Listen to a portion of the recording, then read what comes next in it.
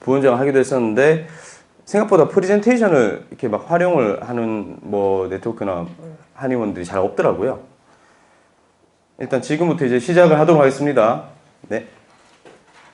일단 제가 이제 가장 말씀드리고 싶은 거는 어떻게 그러면은 피로증후군인데 이거를 어떻게 환자들한테 설명을 해서 어떻게 한약을 복약을 시킬 것이냐, 당위성을 어떻게 확보를 할 거냐, 여기에 대한 이야기를 할 건데요. 사실 뒤에 프레젠테이션 내용만 빡 해버리면 이 앞쪽에 저희가 한의원에서 직접 설명하고 있는 내용들을 원장님께서 모르셔버리면 충분한 활용이 불가능할 것 같아서 일단 오전 타임은 제가 생각하는 피로증후군에 대해서 한의학적 개념과 현대내과학적 개념을 좀 연결하는 그런 자료를 가지고 PT를 한번 해보도록 하겠습니다. 이 피로증후군에 있어서 첫 번째로 중요한 것은 부신입니다. 뭐 그 부신 피로증후군 이런 단어들은 원장님들도 익숙하시겠죠? 그런데 이제 부신 기능 강화를 하면 어떻게 할 거냐, 이게 굉장히 중요한 부분인데 사실 양방에서는 답이 전혀 없죠. 그리고 이 부신 피로증후군에 대해서 뭐 유튜브나 아니면 네이버를 검색을 해 보셔도 맨날 나오는 것들은 약사들입니다. 약사들이 영양제를 팔아먹으려고 부신 이야기를 굉장히 많이 합니다. 그런데 이 부신 기능 강화에는 사실 한의학이 굉장히 효과적이기 때문에 한의학적 치료가 아주 우수하다고 보시면 되는데, 일단 진짜 이 한의학에서 부신을 보고 있는지 이게 되게 궁금하지 않습니까? 그래서 한의학에서 부신을 어떻게 보고 있는지에 대해서 설명을 드리도록 하겠습니다. 지금 말씀드린 내용은 프레젠테이션은 저희가 요 지금 자료집에는 없습니다. 이거 왜냐면 PDF로 저희가 다 출력을 해서 드릴 거거든요. 그래서 일단 화면에 집중을 해주시고 제가 파일로 이거는 다 메일로 전달을 해드리도록 하겠습니다. 자, 여기 이제 신장이죠. 그래서 한의학적 신, 이 과연 우리가 흔히 말하는 콩팥, 이게 키드니만 의미를 하는 것일까? 그게 아니라는 거죠. 제 생각은. 일단은 그 내경의 조문에 보시면 태양기쇠 신지고불장이라고 해서 신지, 신의 기름막이 있다 라는 표현을 정확하게 하고 있습니다.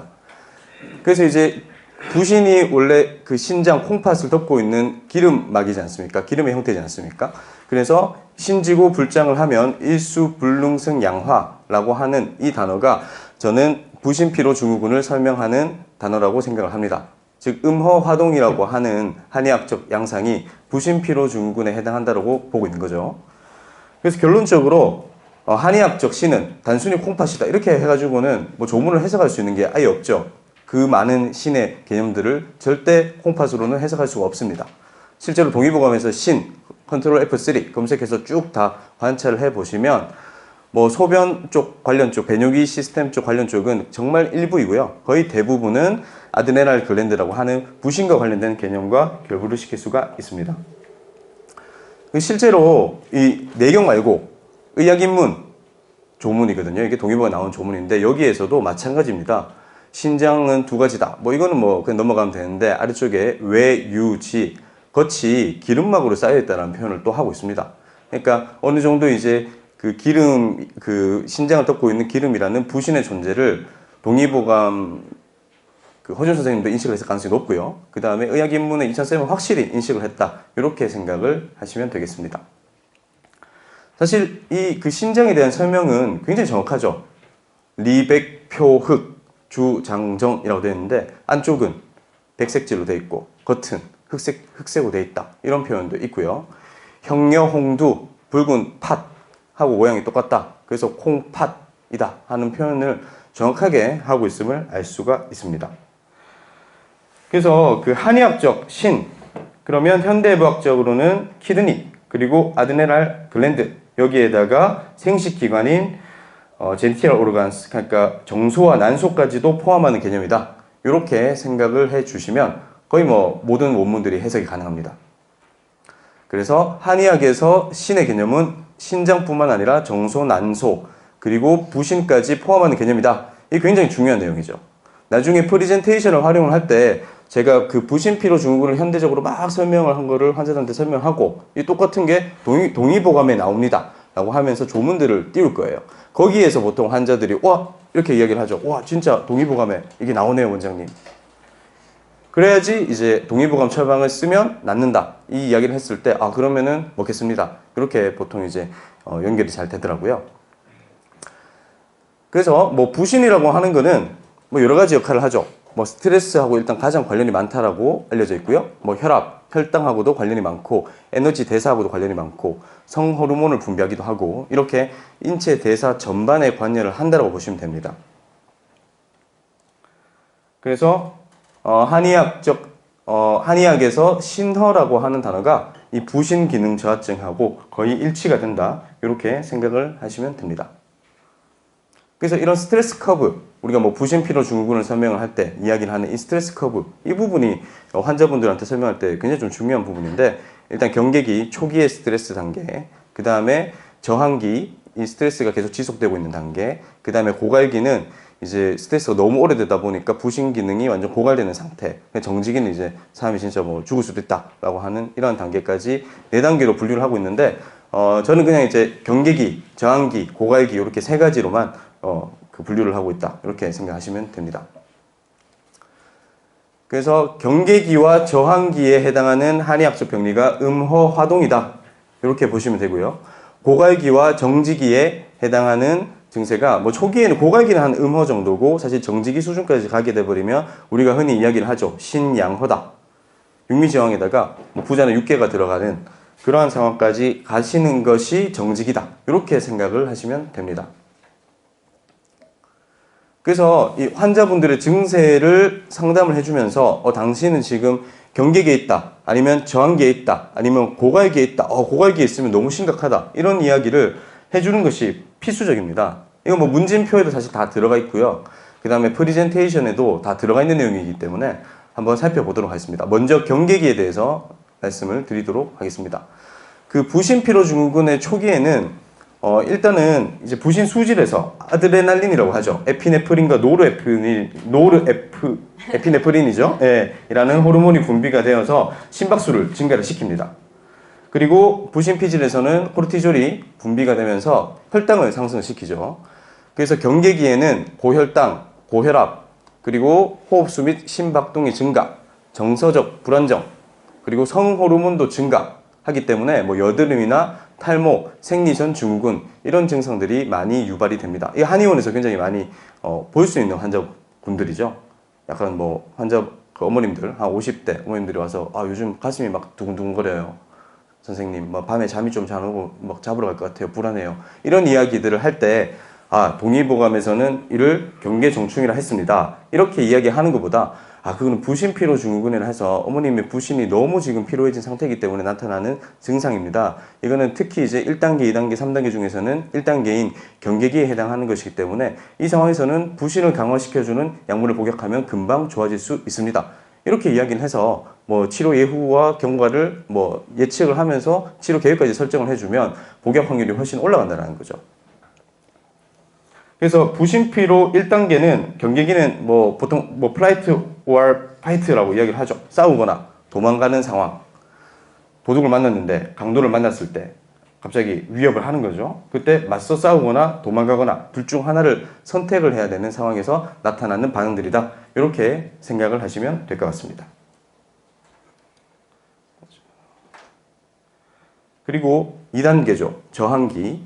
저항기에 가게 돼버리면 이 코르티졸이 과잉되게 분비됐던 상황이 계속 뭐 만들어내서 분비할 수는 없으니까 이때부터는 조금씩 코르티졸 분비가 저하가 되기 시작하는 시점입니다. 우리가 코르티졸이 흔히 우리가 몸에 바르는 스테로이드이지 않습니까? 스테로이드가 뭐 코르티졸인데 그 알러지 및 각종 염증 반응을 억제하는 작용을 코르티졸이 하고 있는데 이 시기에 이르게 돼버리면 코르티졸이 저하되기 때문에 알러지 및 각종 염증 반응들이 굉장히 많이 나타나죠.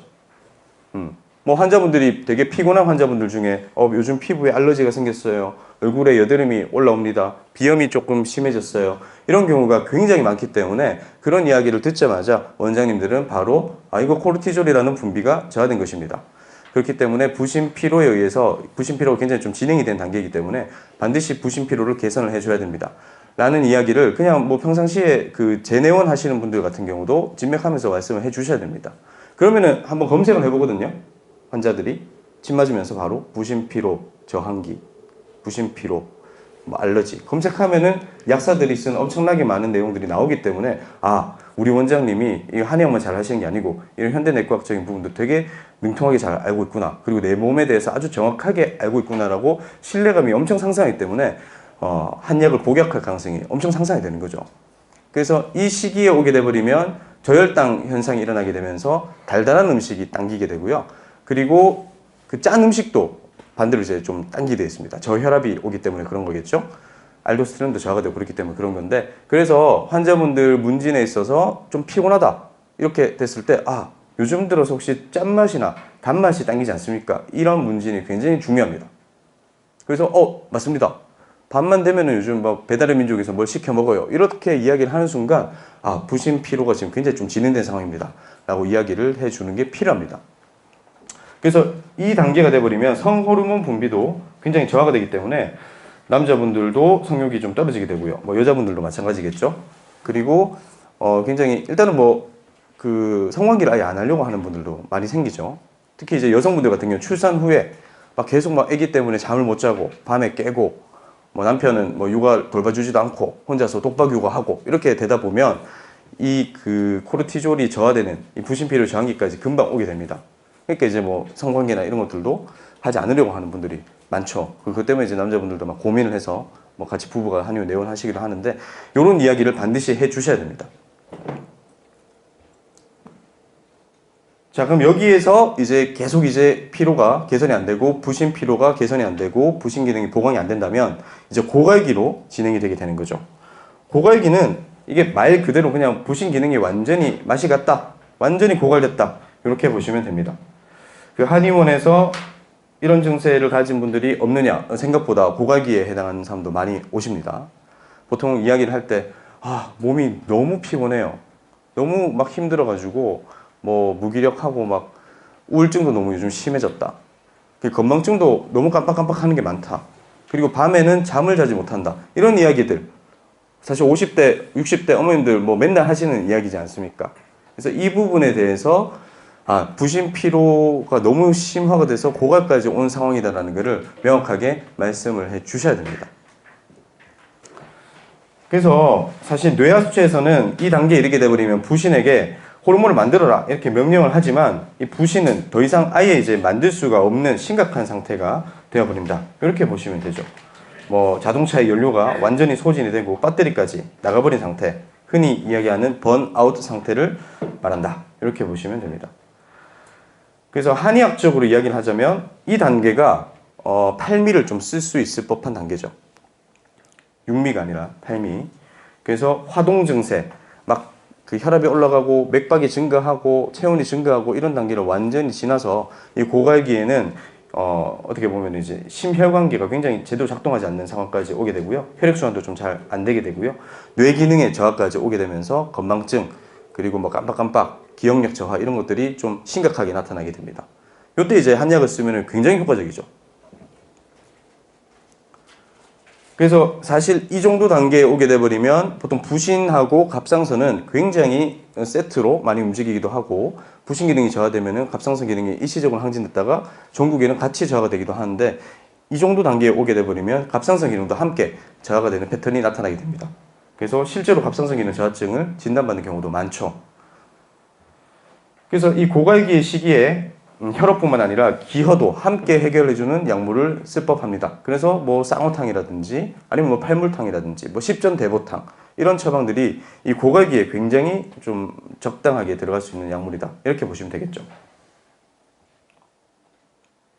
그래서 결론적으로 이 경계기, 저항기, 고갈기 이렇게 3단계를 확실하게 부신피로 3단계를 외우셔야 되고요. 내일부터 환자분들 피곤하다 하면은 일단 이야기를 썰을 쫙 푸시면 됩니다. 그리고 이것이 한의학적으로는 원문으로 만약에 보여주고 싶다 하실 때는 음혈압 플러스 화동 여기에 해당하는 게 경계기다. 나중에 조문들이 저희가 다 집어넣어 드릴 거니까 그냥 체크하셔서 환자분한테 보여드리기만 하면 됩니다. 그리고 저항기에 해당하는 게 이제 음혈로만 있는 상태다. 화동은 없어진다. 그러다가 고갈기에 저항기와 고갈기 사이가 돼버리면 이제 신양허까지 오게 되면서 명문 기능이 완전히 떨어지는 명문화세까지 이른다. 이렇게 생각을 하시면 될 것 같습니다.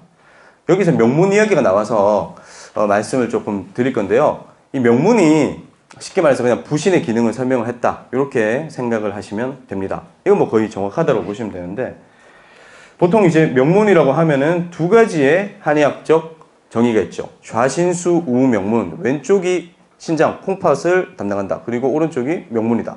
이런 표현이 있고요. 또 하나가 이제 난경에 나온 신간동기설, 명문은 양쪽의 신장 가운데에서 막 움직이는 기운이다. 이런 표현이 있습니다. 여기에서 사실 좌신수 우명문설보다는 차라리 신간동기설이 훨씬 더 합리적인 해설이다라고 볼 수가 있는데요. 왜 그러냐면은 사실은 뭐 이런 거죠. 어쨌든 신장에서 오줌이 수뇨관을 타고 쭉 나와가지고 방광으로 가지 않습니까? 근데 어쨌든 양쪽의 신장에서 소변이 나오는 거죠. 방광을 통해서. 근데 한쪽만 물을 담당한다라고 보는 거는 좀 어폐가 있다라고 보시면 되고요. 차라리 이렇게 그 양쪽의 신장 사이에서 그 기운을 만들어내는 것을 명문이라 한다라는 이런 정의가 훨씬 합리적이라고 저는 생각합니다. 어떻게 생각하면 이 사실 거짓말하는 내용이 아닌 거죠. 철저하게 임상에 기반을 한 개념이다라고 보시면 되는데, 분명히 이렇게 신장을 봤더니 신장 쪽에서 소변을 만들어내는 거 말고도 여러 가지 막 작용들을 하게 되는데, 이런 것들을 도저히 이게 신장 위에 붙어있는 기름이 한다라고 생각은 하지를 못했던 거죠. 그래서 고뇌 끝에 제가 보기에는 양쪽 신장 사이에서 기운이 만들어진다라는 표현을 하지 않았을까 생각을 하고 있습니다. 여기에서 이 아래쪽 인문 조문이 굉장히 중요합니다. 훈증삼초, 그 다음에 소화수곡, 그 다음에 외어유금, 내당말려라는 이런 단어들이 있는데요. 이 단어가 사실은 뭐 부신 기능을 설명하는 완전 핵심 킬링 이제 조문이다라고 제가 표현을 하는데, 엄청 중요한 내용이기 때문에 여기에 대해서는 조금 이따가 상세하게 살펴보도록 하겠습니다. 훈증삼초, 이 삼초가 도대체 뭔지, 그리고 외어유금은 비슷하죠. 외부에 바이러스 침입한 거를 염증이 생기면 부신이 스테로이드가 해결을 해주기 때문에 이거는 뭐 거의 같은 이야기다. 그리고 소화수곡도 충분히 해석할 수 있는 내용인데, 여기서 좀 중요한 거는 훈증삼초다라고 보시면 됩니다. 일단은 이제 그 부신 기능이 저하가 돼버리면 실제로 양방에서도 뭐 소화장애가 흔하게 발생한다라고 밝혀져 있는데, 이렇게 부신 그 명문이 하는 역할 중에 하나가 소화수곡이다라고 알려져 있기 때문에 같은 이야기를 함을 알 수가 있고요.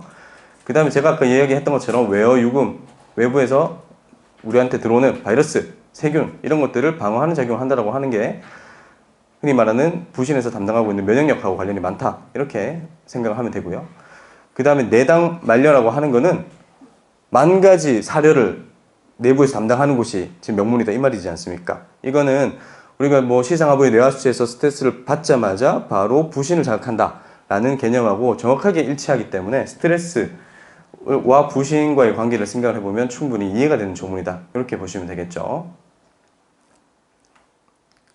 그래서 한의학적 명문은 부신일 가능성이 굉장히 올라가는 겁니다. 그리고 마지막으로 주야무정, 호르몬이니까 혈액을 타고 온몸을 돌아다니니까 낮밤을 가리지 않는다, 뭐 이런 개념인 거죠. 그래서 그러면 이제 이 면역 저하가 그 외어유금이라고 하는 이 면역 저하가 굉장히 중요한데, 이와 관련해서 양방적인 내용도 한번 짚어보고 그 다음에 한의학적 조문도 살펴보도록 하겠습니다.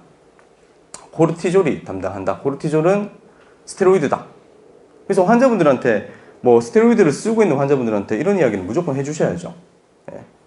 내가 외부에서 바르는 스테로이드를 사용을 하다 보면 내가 스스로 만들어내는 스테로이드인 코르티졸의 분비량이 떨어지게 돼 있다. 그래서 계속 사용을 하면 오히려 부신 기능이 망가진다. 그렇기 때문에 부신 기능을 빨리 지금 회복시켜야 되는데 그 방법은 지금 한의학 치료밖에 없다. 이런 이야기를 하시는 것이 굉장히 중요합니다. 제가 뭐 아토피 피부염이나 비염 환자분들 상담할 때 가장 많이 애용하는 멘트다, 이렇게 생각하시면 되고요. 그래서 이 코르티졸 같은 경우는 현대 내과학적으로 볼 때 항염증 작용이 강력하다. 그리고 백혈구에 작용을 한다 라고 알려져 있죠. 뭐 코르티졸의 항염증 작용은 좀 전에 제가 말씀을 드렸고 원장님도 다 알고 계시니까 넘어가면 될 것 같고요. 그 다음에 항염증 역할과 함께 생각을 해야 되는 게 코르티코스테로이드, 코르티존이 림프구를 조절하고 백혈구를 통제하는 기능이 있는데, 이것이 저는 이 3초하고 관련하는 저 조문에 해당한다고 보는 겁니다. 제가 이제 그 하이라이트 한의학 2편에서도 3초에 관련된 설명을 했고, 그 다음에 뭐 임상질문 게시판 쉼터에서도 3초에 관련해서 연재를 하기도 했는데 3초는 확실히 그 림프가 맞습니다. 그렇기 때문에 이렇게 그 림프 3초를 이렇게 훈증한다는 개념은 림프구나 백혈구를 조절한다는 그러한 이 코르티존하고 코르티존의 생리적 현상과 연결시켜서 생각을 해볼 수 있는 조문이라는 거죠.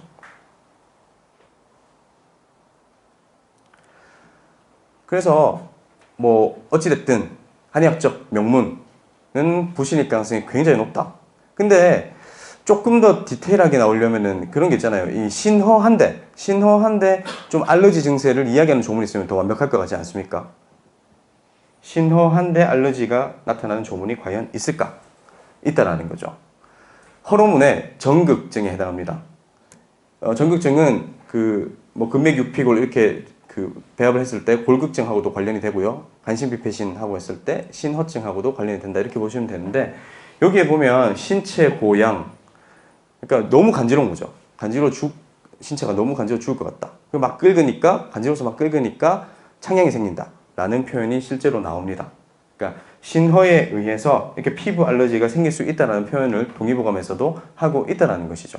그러니까 부신 피로에 따라서 알러지가 많이 생긴다라는 조문이 바로 여기에 나온다. 이렇게 보시면 됩니다.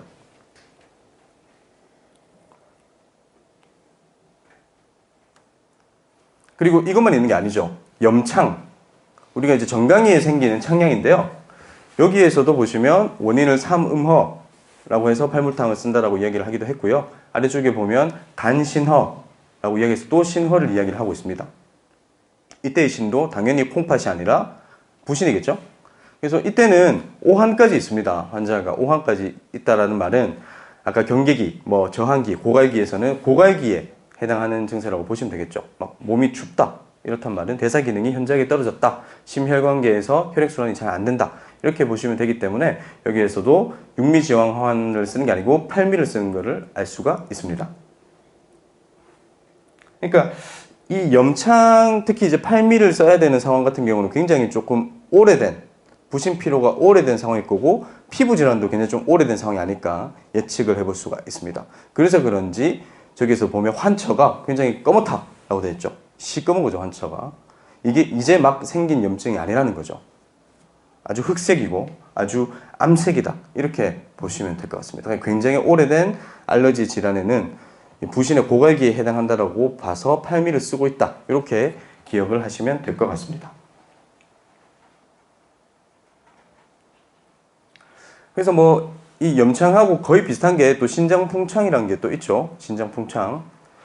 내는 다리 쪽에 생기고 안쪽 다리 쪽에 생기고 막 창양이 생기고 선증이 생기고 이런 것들이 점점 퍼져나가고 이런 건데 이때도 신기환을 쓴다라고 알려져 있습니다. 이때는 팔미가 아니고 신기환인 거 보니까 조금 이 그 고갈기 부신피로 고갈기까지가 아니고 뭐 저항기 정도에 해당하지 않을까 생각을 해볼 수가 있습니다. 그래서 결론적으로 딱 말씀을 드리자면 한의학에서도 신허에 의해서 알러지가 생길 수 있다.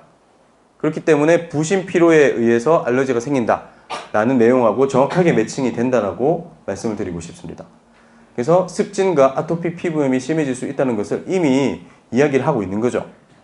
양방에서는 이렇게 부신 기능이 떨어졌을 때 뭐 치료할 수 있는 방법이 있습니까? 없죠. 그냥 뭐 스테로이드 계속 써가지고 부신 기능을 더 망가뜨리는 방법밖에 없고요. 부신 기능 강화시킨다고 해봐야 약사들이 영양제 파는 것밖에 없죠. 뭐 코큐텐을 먹어라, 아니면 뭐 홍삼을 먹어라, 홍경천을 먹어라, 뭐 이런 이야기만 하고 있는데 우리는 이제 뭐 신기환이나 육미, 팔미를 비롯해서 음혈어를 보강할 수 있는 약물들을 사용을 해주면 굉장히 부신 피로가 빠르게 개선이 될 수가 있고 이러한 아토피 피부염이나 습진과 같은 알레르기성 질환도 아주 효과적일 수가 있습니다. 물론 이제 뭐 처음부터 이거를 써라 이런 개념은 아닐 거고요. 체질에 따라서 조금 그 보부신하는 약물도 패턴이 약간 그 분류가 되기 때문에 무조건 뭐 신기환에 육미, 팔미를 쓰면 다 난다 이런 이야기는 아닙니다. 하지만 일단 알러지성 환자가 왔다. 그리고 많이 피곤해 한다라고 한다면 보음혈을 하는 방식의 처방을 우선적으로 선택을 해야 된다는 것을 기억을 하셔야 합니다. 보통 제가 이제 저희 한의원에서 알레르기성 질환에 사용하는 패턴들을 뭐 가볍게 말씀을 드리자면 토체질이라고 하죠. 우리가 토양, 토음 체질. 한의학에서 사상체질상 소양인 이런 경우 같은 경우는 실제로 육미지왕을 쓰거나 아니면은 뭐 산수유 보신탕이라는 처방을 쓰거나 아니면 독활지왕탕을 쓴다라고 보시면 되고요. 뭐 태음인 분들 같은 경우는 내가 그 보통 사실 녹용대보탕까지도 쓰기도 하는데 녹용대보탕은 고갈기까지 가거나 조금 이렇게 면역력이 너무 많이 떨어졌을 때 쓰는 거고 초반부에는 청심유자탕을 많이 사용을 합니다. 뭐 소음인 분들은 그냥 팔물탕을 쓰는데 팔물군자탕도 쓰고 팔물탕도 쓰는데 아마 숙지향이 조금 체질이 안 맞기 때문에 하수로 변경을 해서 사용을 한다. 이렇게 생각을 하시면 될 것 같습니다. 태양인, 금양체제, 교훈체제 같은 경우는 이런 약을 쓰면 부신 기능을 강화하기에 앞서서 엄청난 사이드를 경험할 수가 있습니다. 이런 약제들에 대해서 이런 약제들이 대부분 거의 안 맞는 약제로 작용해서 알러지를 더 악화시키기 때문에 태양인분들 같은 경우는 동의보감약이 적합하지 않은 경우가 많더라고요. 그래서 저 같은 경우는 보통 이제 그냥 미우등 식장탕 아니면은 오가피장초탕 아니면 뭐 이 두 처방을 합방해서 그냥 씁니다. 굳이 뭐 관절 근골격계 질환 뭐 요척을 강화시키기 위해서 오가피장초탕 이런 식으로 쓰는 게 아니라 별로 쓸 약이 없기 때문에 그렇게 쓰고 그 다음에 유재열 선생님 처방 중에 당산보신탕이라는 처방이 있거든요. 태양인 처방 중에 그거는 제가 또 굉장히 다용을 하는 처방이고 그 약은 알러지 환자분들한테 많이 써도 특별히 뭐 사이드 이펙트가 발생하지 않았기 때문에 굉장히 좀 애용하고 있는 처방이다 이렇게 생각하시면 될 것 같습니다. 그리고 이제 두 번째 우리가 코르티졸이 하는 역할 중에 현대생리학적인 역할 중에 혈당을 상승시킨다라는 것이 잘 알려져 있는데 그럼 과연 한의학에서도 이 혈당하고 신하고 관련되는 조문이 나오는지를 살펴보자라는 거죠. 뭐 다들 잘 아시는 사실 조문입니다. 하소증이죠. 동의보감의 하소증. 하소증에 보면 뭐 우리 소갈이 다 당뇨라고 보지 않습니까? 하소증에 보면 열복 어하 신호수지. 그러니까 신호와 그 다음에 신호 플러스 열이 소갈의 원인이다라는 것을 이야기를 하고 있죠. 그래서 하소자 신약. 하소는 신과 관계되는 당뇨병이다. 이런 이야기를 하고 있는데 이것이 이제 저는 혈당을 상승시키는 코르티졸 개념과 직접적으로 연관이 되는 조문이라고 생각합니다. 보통은 코르티졸이 혈당을 상승시키는 기전에 대해서는 생리학 책을 찾아보시면 되기 때문에 제가 그냥 간단하게 넘어갈 건데요. 인체가 이렇게 스트레스를 굉장히 많이 받게 되는 상황에 직면을 한다고 생각을 해볼게요. 그러면 세포에서는 많은 에너지를 생성해야 되는 상황에 놓이게 되는 거죠. 따라서 각 조직과 장기들은 많은 당을 요구를 하게 되는 것이고 이에 따라서 코르티졸이 혈당을 높이게 된다. 이렇게 정리를 하시면 좋습니다. 그래서 좀 혈중에서 코르티졸의 혈중 농도가 높게 유지가 돼버리면 실제로 혈당이 같이 따라서 탁 올라간다라고 잘 알려져 있죠. 그래서 이 이야기가 저는 거기 코르티졸이 혈당을 올리는 개념과 연관되는 소갈이 아닌가 생각을 하고 있습니다.